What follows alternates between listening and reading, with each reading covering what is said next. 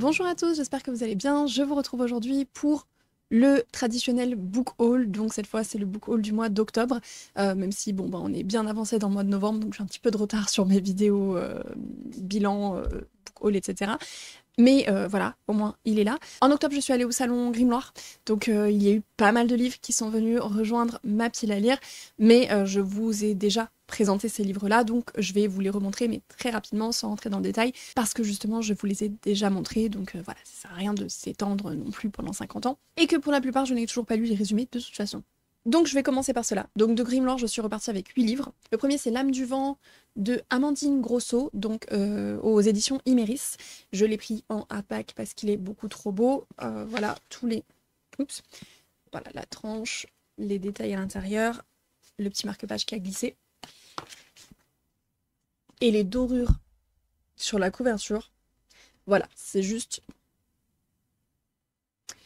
beaucoup trop beau. Donc j'ai craqué. Effectivement pour le côté superficiel, pour la couverture, pour l'objet livre, mais aussi parce qu'on m'a donné comme mot-clé fantaisie orientale, écriture poétique et histoire sombre. Et il me semble pas ou très peu de romance, donc voilà, le tout me semble absolument parfait, donc j'ai vraiment hâte de me lancer dedans, même si bon bah là j'ai pas encore pris le temps, mais vraiment il me fait très très envie. Ensuite il y a eu Le Chant des Voiles de Tiffs, donc là on est sur des pirates. Voilà, c'est tout ce que j'ai retenu, c'est tout à peu près ce que je sais. Je sais aussi que l'objet livre est absolument magnifique. J'en savais un petit peu plus à une époque, mais voilà, ça m'est un peu sorti de la tête. Je n'ai pas voulu relire le résumé, parce que j'ai envie de me lancer dedans sans trop savoir. Et l'objet livre est absolument sublime, encore une fois, voilà.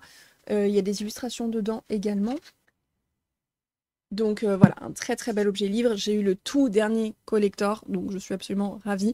Mais bon voilà, je vous ai déjà raconté l'histoire dans le vlog sur Grimoire. Ensuite, 3 livres des éditions Magic Mirror, parce que j'avais envie de réécriture de contes, et surtout j'en ai d'autant plus envie dans la période hivernale.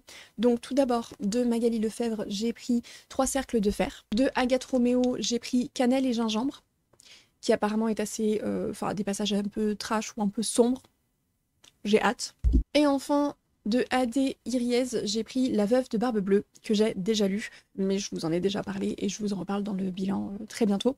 Donc voilà, là c'est une réécriture de Barbe Bleue, évidemment. Ensuite, mon ami Dodo m'a offert aux éditions du Chat Noir Ce que font les filles à la nuit tombée de Nora Lake.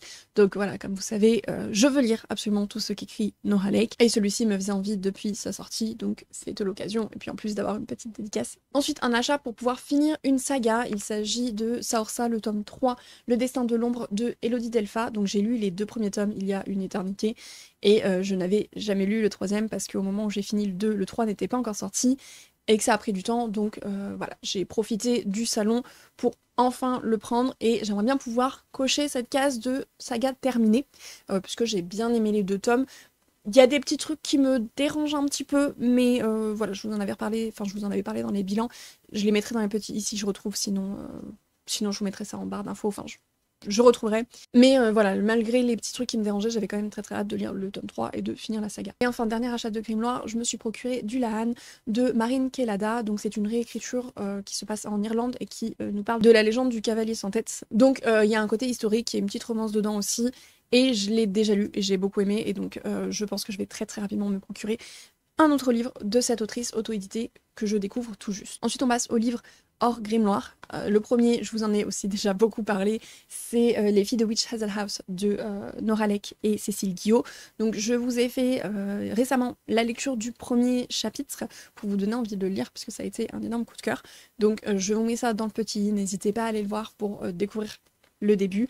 Et là, on est sur une histoire de cosy horreur où on suit un groupe de lycéennes qui vivent ensemble dans un manoir puisqu'elles suivent un programme d'études basé sur, axé sur la littérature et on va les suivre donc dans ce manoir où elles vivent toutes les 4 et qui a un côté extrêmement cosy. Et puis elles vont faire la bêtise de jouer avec une planche Ouija et les choses vont tourner à l'horreur et voilà. Ensuite, pour rester dans le thème Halloween, automne, sorcière, j'ai récupéré chez mon amie Pia Sorcière de Circé aux sorcières de Salem, un mythe à redécouvrir en 40 notices de Alix Paré aux éditions Chênes.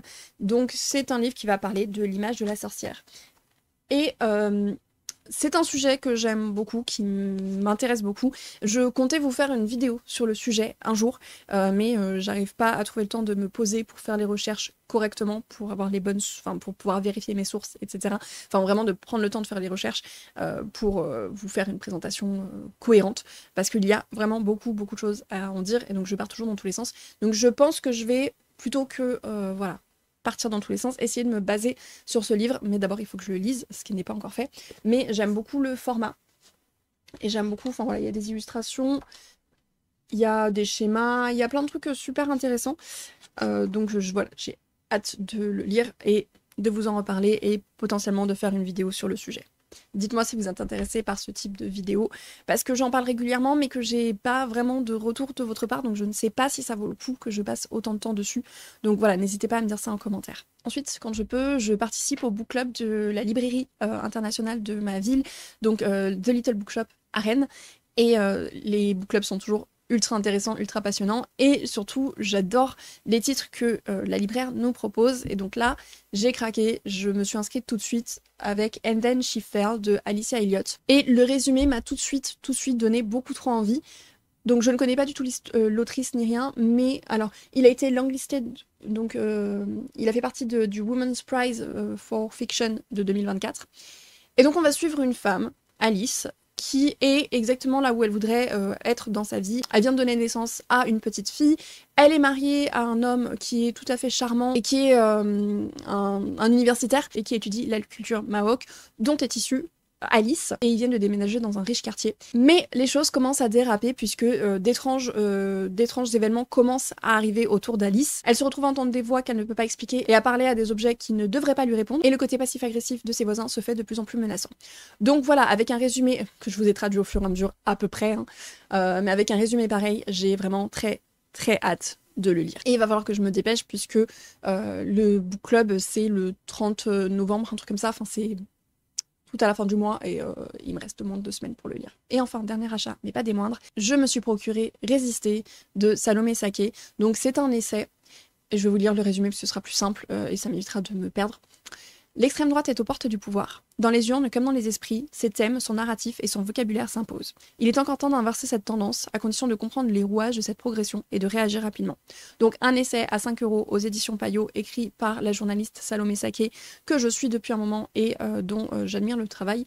Et dans cet essai, elle nous parle voilà, de la montée de l'extrême droite, comment c'est arrivé, comment reconnaître les signes, et surtout comment et pourquoi résister. Donc voilà, je pense que celui-ci, j'en achèterai peut-être un ou deux de plus pour les offrir. Donc certaines de mes amies vont sûrement se retrouver avec Résister sous le sapin. Donc, j'ai fait un peu vite pour ce book haul, mais comme je disais, je vous avais déjà présenté la plupart de ces livres. Il me semble qu'à part Sorcière et Then She Fall, tous les autres, je vous en avais déjà parlé sur la chaîne, donc voilà, je voulais pas non plus être trop répétitive, mais n'hésitez pas si vous avez des questions à les poser en commentaire. De toute façon, j'ai lu certains de ces livres déjà, donc ça arrive dans le bilan de lecture d'octobre dans pas longtemps, ou au plus tard dans celui de novembre. Donc voilà, je vous en reparle très bientôt. Ça a été un mois, du coup, très clairement, qui n'était pas du tout raisonnable, puisque il y a beaucoup plus de livres qui ont rejoint ma pile à lire que d'habitude, mais voilà, c'est toujours le cas quand il y a un salon en plein milieu, surtout quand ça fait très longtemps que je n'ai pas fait de salon d'imaginaire, puisque le dernier c'était l'Ouest Hurlant, donc voilà, en mai. Et que le prochain sera l'Ouest Hurlant en avril. Donc voilà, n'hésitez pas à me dire si vous avez lu certains de ces livres, si certains vous font envie, si vous avez des livres à me conseiller pour la période de l'hiver. On se retrouve en commentaire. Sur ce, je vous souhaite à tous de très bonnes lectures et je vous dis à très bientôt.